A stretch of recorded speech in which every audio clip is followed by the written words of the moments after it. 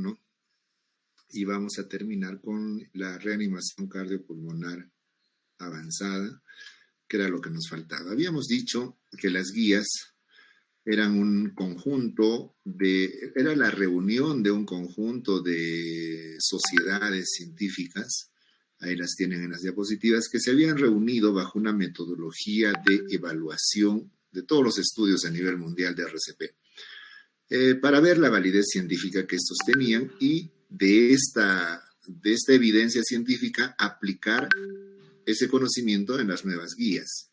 Habíamos dicho también que de acuerdo a la perspectiva histórica, este era el comportamiento de cómo se habían ido dando las guías o actualizaciones de estas desde los años 74 hasta la fecha.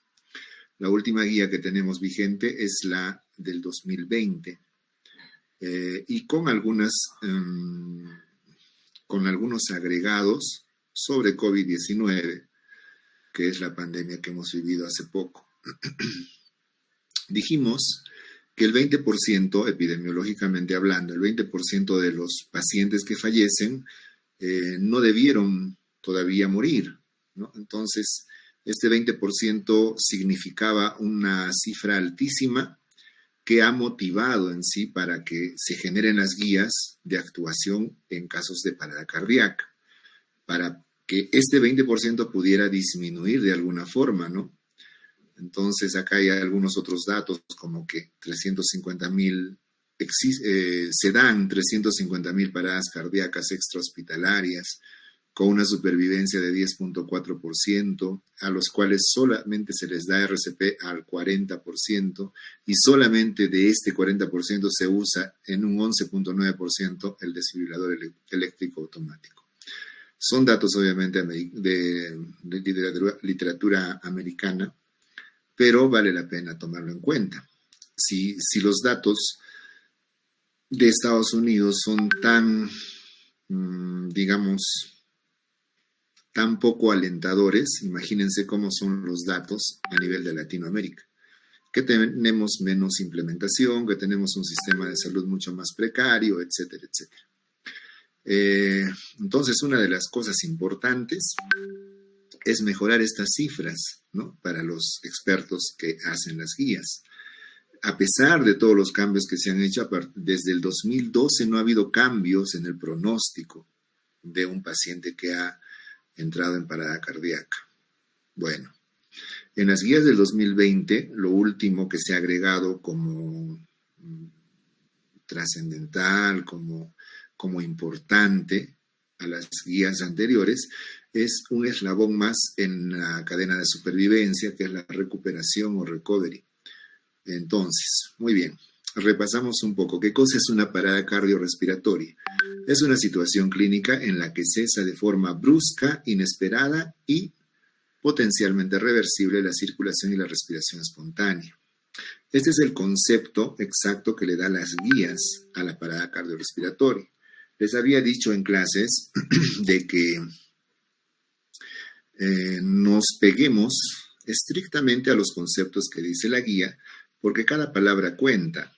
Por ejemplo, en este concepto de parada cardiorrespiratoria, la palabra potencialmente reversible hace de que existan las guías. Si no fuese esta situación clínica potencialmente reversible, no habría necesidad de hacer guías, porque diríamos es irreversible. Entonces, ¿para qué hacemos algo? ¿Me entienden?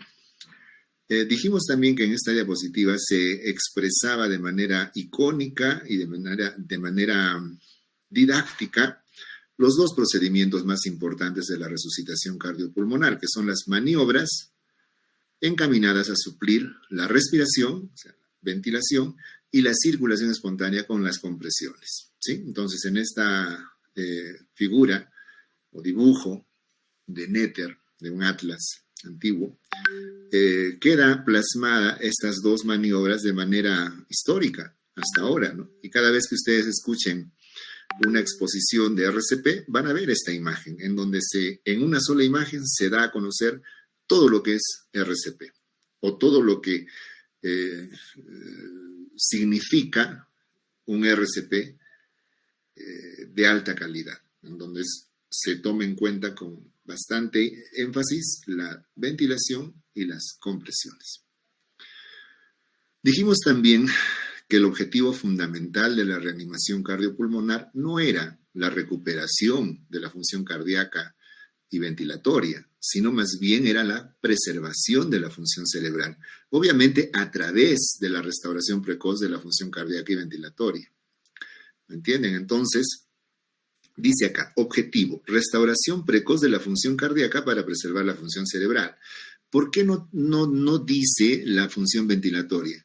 Porque de hecho es importante, pero cuando hablamos de RCP en adultos, en la mayoría de veces, o por no decir casi en todas las veces que ocurre esto, lo que falla es el corazón. Por lo tanto, el objetivo es restaurar la función cardíaca. ¿Para qué? Para preservar la función cerebral.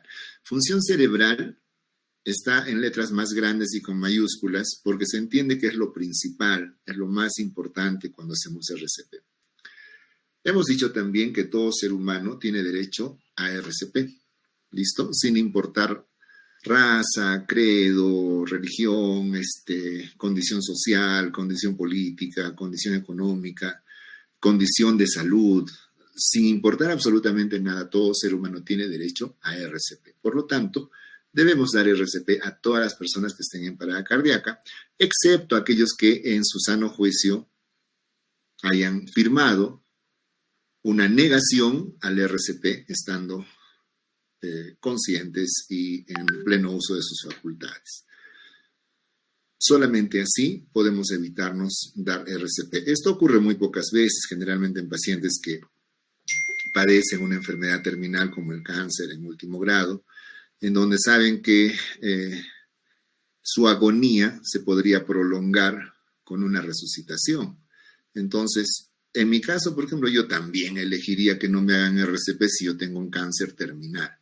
Pero eso lo tienen que hacer en su sano juicio con testigos y en la historia clínica. Tiene que constar de manera clara de que no autorizan el RCP.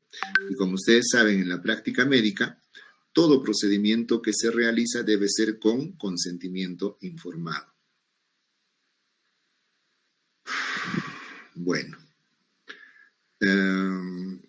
Y alguien se preguntará, ¿y entonces todos tenemos que dar consentimiento para que nos hagan RCP? No. Pero podemos negarnos a este procedimiento. ¿Y por qué les hacemos a todos entonces? Sin consentimiento. Porque nadie dice, yo voy a hacer parada cardíaca y tengo que dar mi consentimiento, ¿cierto? Porque nos basamos, cuando encontramos un paciente en parada cardíaca, nos amparamos y nos basamos en la ley de emergencia. Entonces, la ley de emergencia nos avala para proceder sin un consentimiento informado. Y por la situación clínica especial que es la parada cardíaca, debemos hacerlo de inmediato, ¿no? Como hemos hablado en la anterior vez cuando estuvimos en Puno. Entonces, haciendo un resumen de todo lo hablado, diríamos que las guías del 2020 de resucitación cardiopulmonar y asistencia cardíaca de emergencia es un proceso de evaluación de la evidencia internacional en la que han participado 39 países, 250 expertos en RCP y asistencia cardíaca de emergencia, en donde se evaluaron, analizaron y debatieron científicamente todas las publicaciones respecto a estos temas durante 36 meses, con el fin de tratar efectivamente la parada cardíaca y facilitar la enseñanza y la aplicación de parada cardíaca y asistencia cardíaca de emergencia. Fíjense que ustedes que el objetivo o la finalidad es tratar efectivamente la parada cardíaca.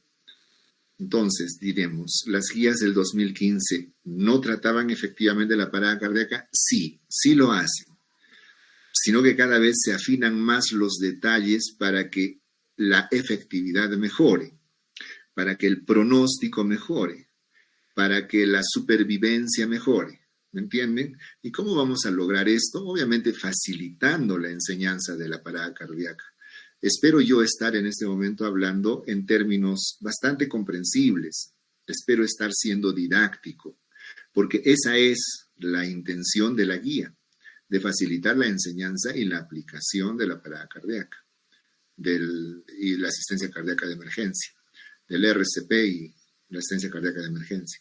Entonces hubiera sido bueno, obviamente, que esta parte la terminemos de hacer de manera práctica, ¿no? Porque a veces eh, un taller de solamente verlo, queda pues mucho más plasmado que escuchar unas diapositivas. Entonces no estamos cumpliendo de pronto con la intención de la guía, ¿no? Al 100%. Muy bien, ¿quiénes tienen el papel fundamental en una parada cardíaca? En un RCP. Obviamente cuando vemos una parada cardíaca, alrededor están los testigos presenciales, los primeros respondedores y algunos profesionales de la salud, los cuales deben estar capacitados para dar soporte vital básico o RCP básico. Y en el caso de hablar del soporte vital avanzado, tendríamos que estar con personas con conocimientos avanzados que dan atención excelente en parada cardíaca, en cuidados posparo y en recuperación. Y ya hablamos en la clase pasada de quiénes serán estas personas. Por ejemplo, ustedes estarían dentro de los testigos presenciales, primeros respondedores. O sea, ustedes deben estar plenamente capacitados para dar soporte vital básico. Y en el caso mío, como profesional especialista en la materia, pues estaría dentro del grupo de las personas con conocimientos avanzados que dan atención excelente en soporte vital avanzado. Ahora, esto no es una... ¿Qué les digo? O sea, no es una situación de ego, ¿me entienden? Porque dice, personas con conocimientos avanzados que dan atención excelente. No es que seamos lo máximo, sino que para el objetivo de la preservación de la función cerebral necesitamos que el RCP sea de altísima calidad y que de verdad sea una atención excelente en parada cardíaca. Porque si no cumplimos con este requisito de ser excelentes en el RCP, pues no vamos a cumplir con el objetivo de salvaguardar la función cerebral. ¿Me entienden? Muy bien. ¿Por qué han mejorado las guías del 2015? Porque en la mayoría de pacientes con parada cardíaca extrahospitalario, estos que hacían parada cardíaca fuera del hospital, recibían RCP por los testigos presenciales. Hagamos de cuenta que estamos en el Real Plaza o creo que en Puno hay Plaza Vea o en el mercado, pues por último, ¿no? Ahí. Y alguien hace parada cardíaca. ¿Quiénes le deben dar RCP? Obviamente los testigos presenciales. Podrían ser un profesor, un ingeniero o ustedes, ¿no? Entonces, a toda esta gente hay que facilitarle la enseñanza y aplicación de RCP y asistencia cardíaca de emergencia, básica. Entonces, estas guías no solamente están diseñadas para los alumnos de anestesiología, están diseñadas para todo tipo de personas. Deberíamos nosotros, como personas más involucradas en el tema, hacer capacitaciones constantes a los primeros respondedores. Por ejemplo, los bomberos, la policía, Serenazgo y la población en general. Ir al colegio de ingenieros, al colegio de abogados, ¿no? Hacer reuniones constantes de capacitación para que podamos enseñarles a dar RCP básico de alta calidad. Afortunadamente, las estadísticas no son tan preocupantes en nuestro medio, ¿no? No tenemos paradas cardíacas a diario extrahospitalarias. Intrahospitalarias, sí. Lo que nos hace diferentes de la población de Estados Unidos. En Estados Unidos hay mucha incidencia de paradas cardíacas extrahospitalarias y no tanto así intrahospitalarias. Aquí es al revés, hacen parada cardíaca en el hospital con mayor frecuencia, no tanto fuera. ¿Listo? Otra de las características o de las razones por qué han mejorado las guías del 2015 es mejorar la calidad del RCP, ¿no? Para aumentar la supervivencia en pacientes con parada cardíaca. ¿Y cómo han mejorado la calidad del RCP? Obviamente insistiendo en las características del RCP. ¿Y cuáles son las características? La frecuencia, la profundidad, la expansión del tórax, el mínimo de interrupciones y evitar las ventilaciones excesivas que ya les he dicho varias veces por las razones que en los adultos la ventilación no es tan necesaria porque la falla no es ventilatoria sino cardíaca. ¿Ok? ¿Qué más? En estas guías se han agregado, como les dije, el último eslabón, que es la recuperación, que no es otra cosa que el abordaje del paciente que es dado de alta después de haber sido recuperado en la UCI de una parada cardíaca, al cual le ha quedado algunas secuelas, pueden ser motoras, neurológicas o de algún otro tipo, o de lenguaje, por ejemplo, en donde pues todos los especialistas involucrados en esa deficiencia o en esa secuela tienen que hacer su trabajo. Si tiene deficiencias del lenguaje, el logopedista hará su trabajo de recuperación. Si tiene dificultad al caminar, el fisioterapeuta hará su labor de recuperación, y etcétera, etcétera, etcétera. Todos los que sean necesarios se involucrarán en la recuperación del paciente, y esto se da una vez que se le da de alta del hospital, ¿sí? Fuera del hospital. ¿Cuál es la diferencia entre soporte vital básico y soporte vital avanzado? Ya lo dijimos, el soporte vital básico contempla las maniobras encaminadas a la recuperación de las funciones cardíacas y ventilatorias, pero en donde no se usa drogas ni procedimientos invasivos, a diferencia del soporte vital avanzado, en donde sí se usa drogas y procedimientos invasivos. Listo, esto ya lo hemos repasado varias veces. No olvidar que la mayoría de paradas cardíacas en adultos es debido a paros cardíacos, ¿no?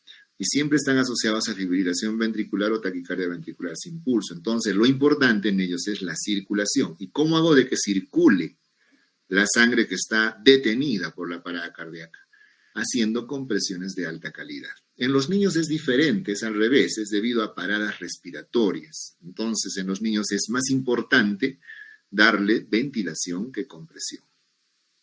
Hablamos también de la importancia del tiempo, ¿sí? De no perder el tiempo. Fíjense ustedes en la diapositiva, acá el cerebro didácticamente nos refleja la totalidad de las funciones cerebrales. Y cuando ya pasa el tiempo, a los 10 minutos, nos refleja que ya no hay ninguna actividad cerebral. Por lo tanto, el tiempo es vital para la supervivencia del paciente y para la preservación de la función cerebral. Si nosotros abordamos al paciente en el minuto 0, la supervivencia es 100%. Pero minuto a minuto que pasa, pues la supervivencia va bajando hasta llegar al 0% si pasó 10 minutos o más para el comienzo del RCP. Entonces, si un paciente, ¿cuánto tiempo de parada cardíaca tiene? Tiene más o menos 8 o 9 minutos. Ya casi no hay nada que hacer, porque entendemos que el cerebro ya perdió su función por la hipoxia que ha sufrido. ¿Ok? Entonces, técnicamente ya no habría nada que hacer. Éticamente diríamos, hora de la muerte, tanto, y lo declaramos fallecido. Sería insulso yo empezar acá en el minuto 10 mi RCP, por más que sea de alta calidad, sería simplemente hacer un show. ¿Por qué? Porque el objetivo principal del RCP que yo estoy empezando ya se perdió. ¿Y cuál era el objetivo principal? Preservar la función cerebral. Y si eso ya lo perdí, ya no hay nada que hacer. Absolutamente nada. Hay que ser bastante honestos con eso. Por gusto yo voy a hacer el show de hacer RCP y desfibrilar y hacer toda la macana si ya mi objetivo fundamental se perdió. Eso, por favor, recuerden siempre. Acá tenemos las cadenas de supervivencia de paros cardíacos intrahospitalarios y extrahospitalarios del 2015. ¿Sí? Tenemos 1, 2, 3, 4, 5 eslabones en ambos casos, y en el 2020 se ha agregado el último eslabón, que es la recuperación. ¿Por qué se llaman eslabones de supervivencia? Porque efectivamente, o cadena de supervivencia, porque efectivamente son eslabones concatenados o encadenados, como quieran entenderlo, enlazados, ¿sí? Entonces yo no puedo ir del primer eslabón al cuarto, no puedo ir del primero al quinto, no puedo ir del primero al tercero sin pasar por el segundo. Tengo que ir en este orden. Por eso las guías las han diseñado de esta manera, para que se entienda la necesidad de pasar uno a uno cada eslabón. ¿Y cuál es el resultado de esta cadena? La supervivencia del paciente. Si yo cumplo todo esto, Las guías me dicen que el paciente va a sobrevivir, por eso se llama cadena de supervivencia. ¿Ok? Entonces tenemos que saber claramente qué hacer en caso de que tengamos una parada cardíaca intrahospitalaria y una parada cardíaca extrahospitalaria. ¿Listo? Un segundito, por favor, ¿me esperan?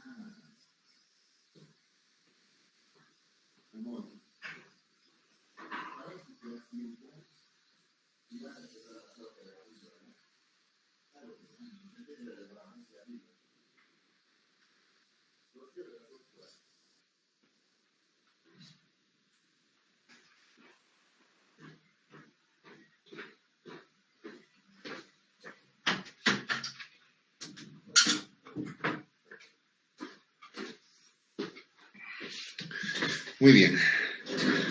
Entonces, se me está escuchando, ¿no? ¿Hola? Sí, doctor. Sí, Sí, doctor. doctor. Lo escucho. Ya, ok.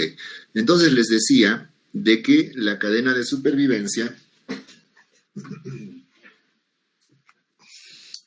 era importante entender de que debíamos seguir paso a paso cada eslabón. Por ejemplo, en la intrahospitalaria, el reconocimiento y la prevención temprana es fundamental. ¿Cómo reconozco yo un paciente que va a hacer parada cardíaca?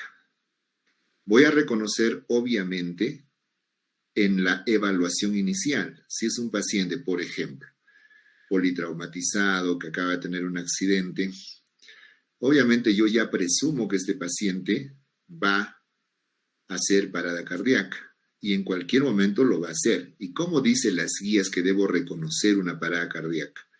Paciente no responde, no respira o respira inadecuadamente o boquea, está en parada cardíaca. Además de este reconocimiento, yo debo de hacer una prevención temprana. ¿Y a qué se refiere la prevención temprana dentro del hospital? Significa que lo debo de tener en un lugar en donde yo pueda contar con los materiales de reanimación, es decir, en donde tenga un coche de paro. ¿Y cuáles son esos lugares en un hospital? Puede ser emergencia, puede ser trauma shock, UCI, quirófano, cuidados intermedios, etc. En general debería de haber coches de paro en todo el hospital y en todos los servicios, pero lamentablemente no los hay. Entonces yo tengo que prever esa situación y tenerlo en un lugar en donde pueda tenerlo monitorizado para reconocer rápidamente que está en parada cardíaca y prevenir con un coche de paro al lado. Entonces ya cumplí la primera cadena, el primer eslabón de la cadena de supervivencia. En segundo lugar, si yo reconozco que está en parada cardíaca, lo que hago es activar la respuesta de emergencia. Llamo a la central del hospital y comunico que tengo un paciente en parada cardíaca. ¿Para qué? Para que venga todo el equipo indicado previamente, el equipo de reanimación, que son los urgiólogos, los cardiólogos, etcétera, y que me ayuden en la resucitación cardiopulmonar. Inmediatamente que reconozco y aviso, empiezo con mi RCP de alta calidad. compresiones de alta calidad. ¿Hasta cuándo voy a hacer compresiones de alta calidad? Hasta que al equipo que yo le he avisado me traiga el desfibrilador y proceda con el cuarto eslabón de la cadena de supervivencia, que es la desfibrilación. Y una vez que lo he desfibrilado y ha salido del paro, lo puedo trasladar a la UCI a darle cuidados posparo. Y finalmente, cuando le dé de alta, le haré la recuperación o el recovery. ¿De acuerdo? En ese orden yo debo actuar. No puedo actuar de manera desordenada. Y, por ejemplo, si yo no reconozco la parada cardíaca, ¿sobrevivirá el paciente? Evidentemente que no. ¿Sí? No reconozco que el paciente se murió hace una hora y nadie se dio cuenta. No cumplí el primer eslabón de la cadena de supervivencia, por lo tanto el paciente se murió. Reconozco, pero no llamé a nadie. Empiezo mi RCP de alta calidad, pero nadie me va a traer el desfibrilador, ni nadie me va a ayudar. ¿Sobrevivirá el paciente? No, se va a morir, porque no tengo el desfibrilador, ni nadie que me ayude a hacer las compresiones de alta calidad. ¿Me entienden? Entonces, todo esto tiene una obligatoriedad de cumplirse cuando el paciente esté en parada cardíaca. Lo mismo ocurre en la parada cardíaca extrahospitalaria, ¿sí? Más o menos es la misma secuencia, ¿ya? Entonces, cumpliendo escrupulosamente cada eslabón de la cadena de supervivencia, el resultado es que el paciente sobreviva. Acá tenemos. Si hablamos de frecuencia de las compresiones torácicas, lo ideal es que le hagamos compresiones de 100 a 120. Si hablamos de profundidad, diremos que la profundidad mínima de las compresiones deben ser 5 centímetros como mínimo y no más de 6 centímetros. Permitir una descompresión torácica completa después de cada compresión, no echarnos sobre el paciente al punto de no dejar de que descomprima la caja torácica para que se llene otra vez de sangre. Reducir al mínimo las pausas de las compresiones. ¿Por qué? Porque necesito garantizar la perfusión coronaria y la perfusión cerebral. Y si yo voy a tener pausas a cada rato, por cualquier razón, le voy a tomar pulso, quiero ponerle una vía, qué sé yo, me quieren interrumpir por 1000 razones. Si yo hago caso a esas interrupciones, lo que va a pasar es que se va a perjudicar la perfusión coronaria y cerebral y voy a terminar perdiendo el objetivo de preservar la función cerebral. Ventilar adecuadamente, pero no exagerar. Solamente deben ser ventilaciones de 1 segundo en cada 30 compresiones. ¿Listo? Todo lo contrario a esto, obviamente, es lo que no se debe de hacer. El CAB, desde el 2015, antes era ABC, se cambió en el 2015 y en el 2020 continúa reafirmándose que ese es el orden en el que debemos asistir al paciente.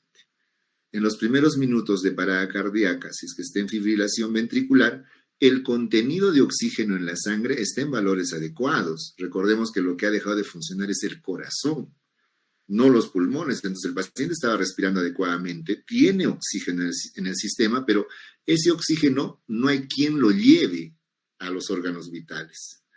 Y lo que limita, obviamente, el transporte de oxígeno a los órganos vitales es la disminución del flujo. Y por eso es que yo hago compresiones para iniciar el flujo sanguíneo. ¿Listo?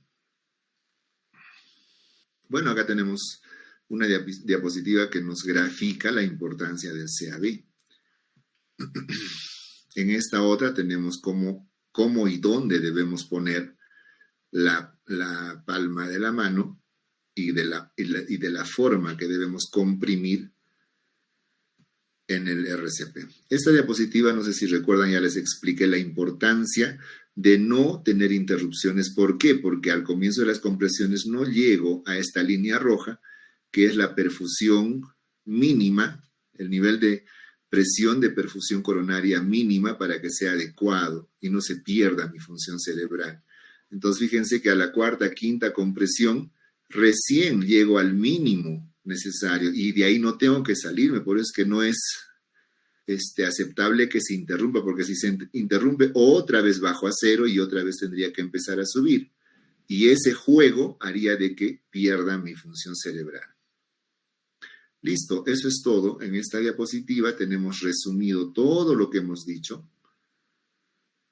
Y hablamos un poco del tercer eslabón de la cadena de supervivencia, que es la desfibrilación, que ya les he explicado. No se ha determinado el nivel óptimo, sin embargo, se debe de dar la máxima energía que tiene el aparato, que sería 300 joules en el caso de que sea monofásico, y de 150 a 200 en el caso de que sea bifásico. Y en el caso de los niños, debe ser por kilopeso, 2 a 4 joules por kilo de peso. Recuerden eso, no les vamos a dar como a un adulto. Tenemos que dosificar la energía de acuerdo al peso que tiene. Algo que se enfatiza en las guías del 2020 son las terapias del DEA, o sea, las desfibrilaciones, que debe ser lo más precoz posible. Lo mismo que la aplicación de la adrenalina. Es importante la desfibrilación temprana, ¿de acuerdo? Entonces, dice, la desfibrilación temprana es clave para sobrevivir. Igual que hemos visto la diapositiva en donde era importante el tiempo, es también importantísimo el tiempo que pasa para la desfibrilación, ¿ya? El éxito se reduce en un 7 a 10% por minuto. Minuto que pasa, tenemos menos probabilidades de éxito en el RCP, cuanto más nos demoremos en la desfibrilación, ¿sí? Entonces tenemos que desfibrilar lo más antes posible, obviamente percatándonos de que esté en un ritmo desfibrilable, o sea, en fibrilación ventricular o taquicardia ventricular. Muy bien. La técnica de la desfibrilación no la vamos a repasar, eso ya lo repasan ustedes, es simplemente manualidad. Algunas recomendaciones para el paro cardíaco en el caso de gestantes, o sea, de embarazo, es simplemente lateralizar al lado izquierdo el útero para que la vena cava inferior pueda tener un llenado adecuado después de cada compresión. Aparte de esa recomendación, el resto es prácticamente lo mismo, ¿no? Hay que tener las consideraciones de que, por ejemplo, la vía aérea en una gestante es obviamente vía aérea difícil. Entonces, eso ya nos lleva a otro ámbito del conocimiento en donde debemos aplicar técnicas, procedimientos y materiales perfectamente previstos para el manejo de esta vía aérea. Principales cambios en las guías del 2020. Se agregó un sexto eslabón, que ya hemos dicho que es la recuperación. Los algoritmos han mejorado porque ofrecen una guía fácil para recordar las situaciones de reanimación de soporte vital básico y avanzado. Se ha vuelto a enfatizar la importancia del inicio temprano de RCP, y también hemos visto ahorita inicio temprano de desfibrilación e inicio temprano de adrenalina. Entonces, no se olviden, cuando tengo una parada cardíaca tengo que hacer todo muy rápido. Tengo que iniciar ya mis compresiones de alta calidad. Tengo que desfibrilar ya lo más antes posible y tengo que darle ya adrenalina. Cuanto más rápido haga esas tres cosas, las posibilidades de supervivencia y de respuesta van a ser altas. Se han reafirmado las recomendaciones previas sobre la administración de adrenalina, con énfasis en la administración temprana. ¿Ve? Se sugiere el uso de retroalimentación audiovisual, es decir, lo que estamos haciendo en este momento, retroalimentación audiovisual. Una y otra vez hay que ver estas diapositivas, hay que hacer los talleres en tiempo real como medio para mantener la calidad de la RCP. No hay otra forma de que tu RCP te salga bien si no es practicando. Me hubiera gustado que ustedes palpen de alguna manera el muñeco con el cual podemos practicar las compresiones para que de alguna forma tengan una idea de cuánta fuerza se necesita, de cómo se debe hacer. Porque una cosa es que ustedes vean y lean en la pantalla y otra cosa es que palpen y sientan esa sensación. Medir continuamente la presión arterial y el dióxido de carbono al final de la expiración, o sea, el EtCO2 expirado es un predictor de un buen RCP. ¿De acuerdo? Cuando yo tengo un EtCO2 por encima de 20, significa que mi RCP está siendo de buena calidad. Si tengo menos de 20, algo está fallando. No le estoy dando compresiones de alta calidad. Entonces es un buen indicador de calidad. No se olvide, el ETCO2. Según la evidencia más reciente, no se recomienda el uso rutinario de la desfibrilación secuencial doble. Eso se hacía antes. Ahora ya no. Con una desfibrilación es suficiente con la máxima energía posible. Listo, acá tenemos un checklist, componentes de la atención postparo, para ir verificando todos los valores que se deben de tener en cuenta después de una parada cardíaca. ¿Listo? Ya, monitorizamos oxigenación y ventilación, monitoreo hemodinámico, manejo específico de la temperatura, neurosupervisión, electrolitos y glucosa, sedación, pronóstico, ¿no? Todito eso vamos chequeando, punto por punto. El uso del DEA ahora incluye a los niños y a los lactantes. En las guías del 2010 todavía no estaba incluido los lactantes, pero desde el 2015 ya se incluyen a los lactantes, pero recuerden que hay que dosificar la energía de 2 a 4 joules por kilo de peso. ¿Listo? Muy bien, ahora terminamos lo que nos faltaba en el soporte vital avanzado. Repasamos un poco. Soporte vital avanzado, ¿ya? No responde, no respira con normalidad, entonces está en parada cardíaca. Esta es la clave para el reconocimiento. Señor, no responde. Veo y no respira con normalidad, jadea, boquea como un pescado. Está en parada cardíaca.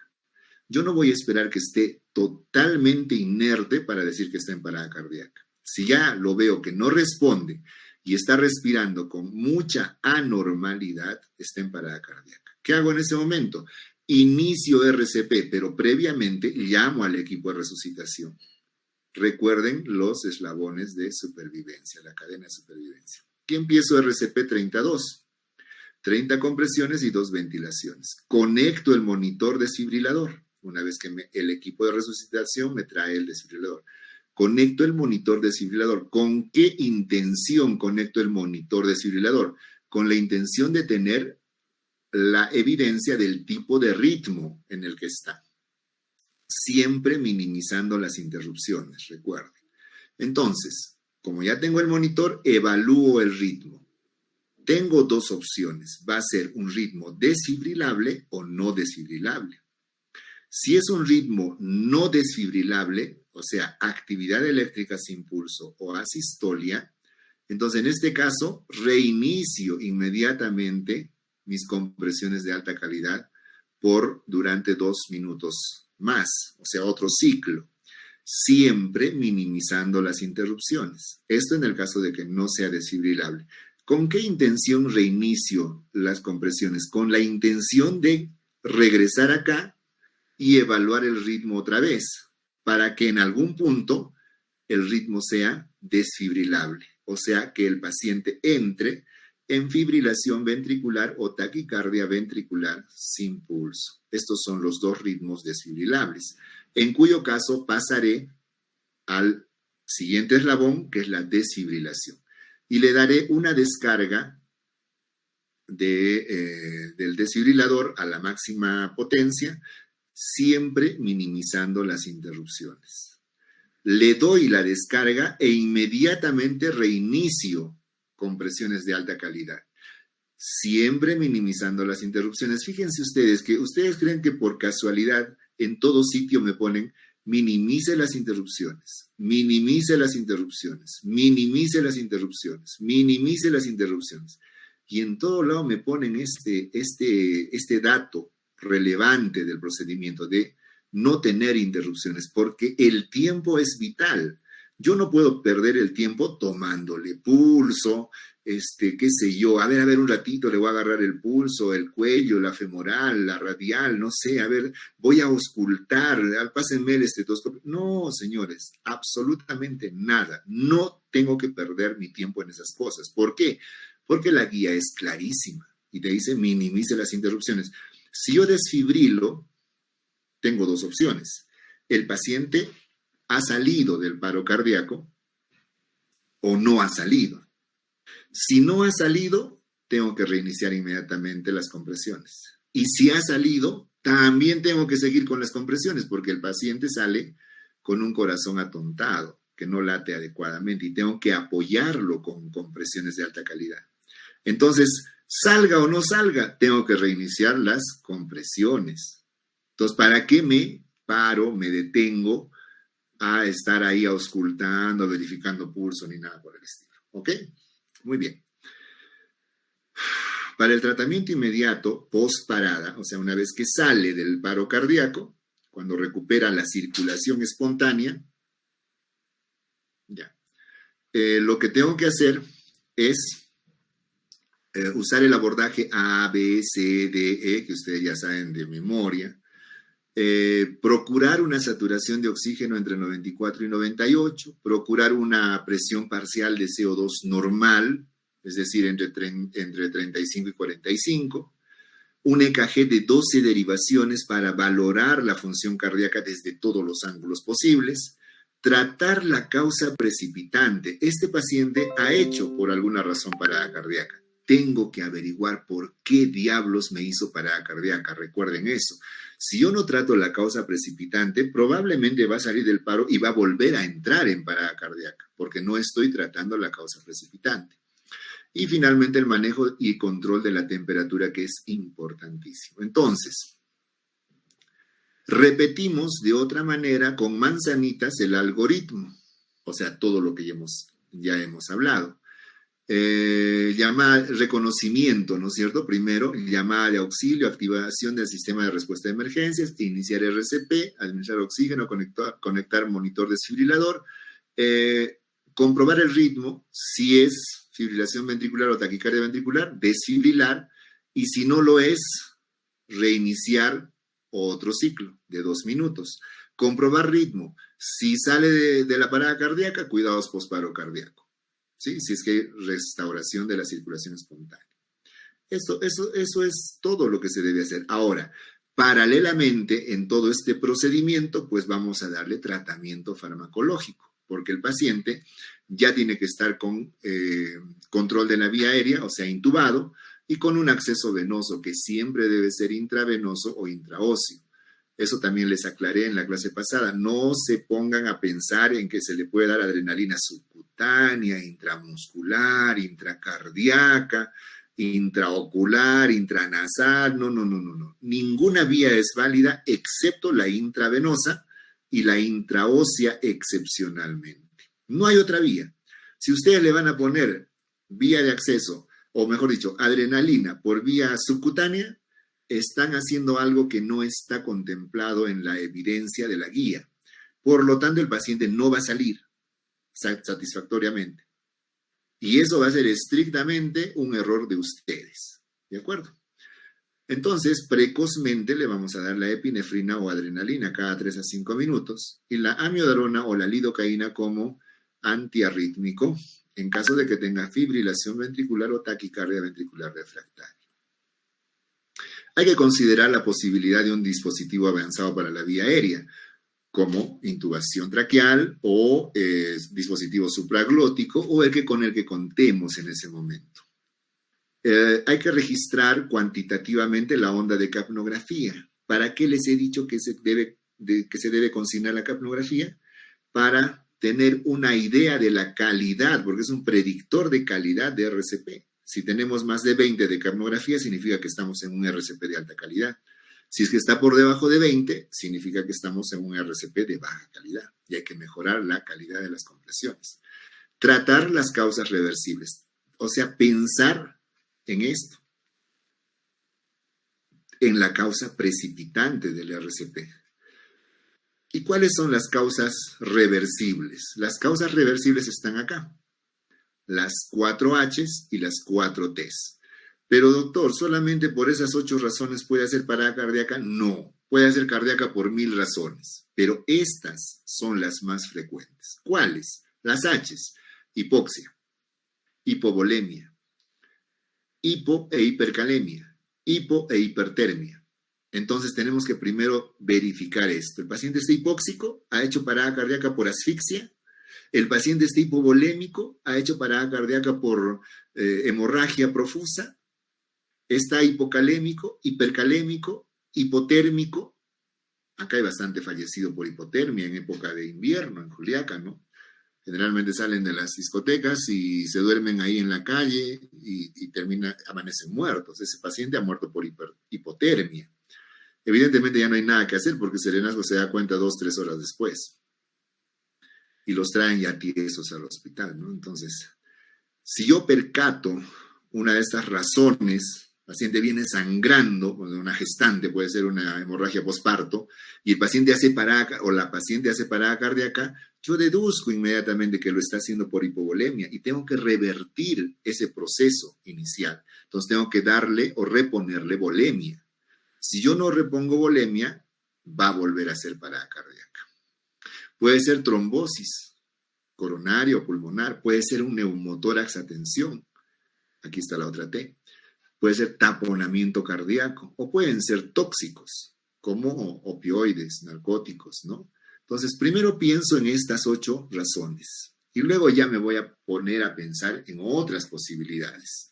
De acuerdo, hay que considerar durante el proceso hacerle una ecografía si es que es necesario.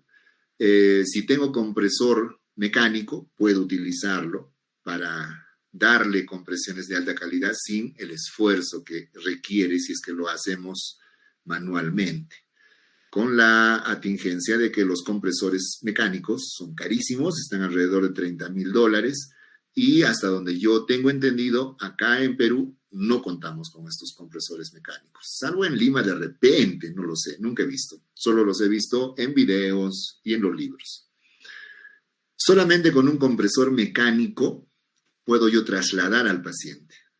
Si no tengo un compresor mecánico, no lo puedo trasladar. Tengo que hacerle compresiones de alta calidad manuales en el lugar del paro cardíaco. Lo trasladaré cuando salga del paro.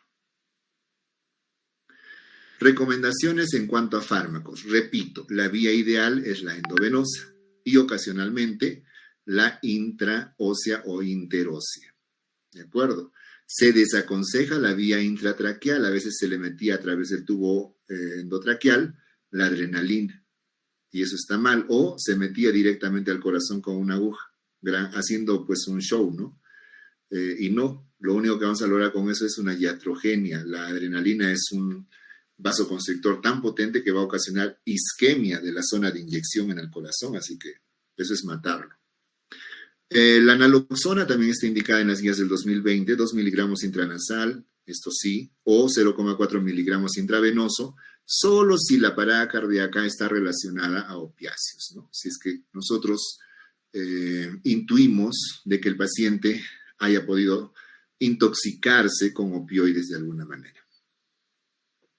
No vamos a hablar mucho de farmacología porque ustedes ya lo van a repasar si es que no lo saben o no lo recuerdan, pero entendemos que la epinefrina es el medicamento gold estándar de la parada cardíaca por sus efectos alfa de vasoconstricción sistémica y sus efectos beta, de inotrópico y cronotrópico positivo. Pero yo no quiero que tenga inotropismo y cronotropismo positivo. Lo que yo quiero es que tenga una vasoconstricción sistémica buena y ese es el efecto deseado, ¿de acuerdo? Pero la adrenalina me activa todos los receptores, por lo tanto, mejora la vasoconstricción, mejora el inotropismo y el cronotropismo. Y todo esto es bueno, excepto que hay un aumento del consumo de oxígeno por el miocardio provocando arritmias. Este es el efecto no deseado. A mí me gusta solamente el efecto alfa, ¿de acuerdo? Pero termina siendo siempre la mejor opción. 1 miligramo cada 3 a 5 minutos hasta por 3 veces. Eso dice la guía. Los antiarrítmicos, 2, amiodarona y lidocaína. En las guías del 2015 se decía que en este orden había que darles amiodarona primero, 300 miligramos en bolo y luego 150 en infusión continua. Luego lidocaína. Pero ahora en las guías del 2020 dicen un ratito. La amiodarona y la lidocaína tienen el mismo beneficio en cuanto a antiarrítmicos. Por lo tanto, ya no hay este orden. Entonces, le podemos dar amiodarona o lidocaína, dependiendo de cuál dispongamos, y las dosis sí se mantienen, ¿no? Lidocaína de 1 a 1.5 miligramos por kilo de peso y adicionalmente de 0,5 a 0,75 en infusión. Y acá obviamente hacen la tingencia de que lidocaína solo si la amiodarona no está disponible.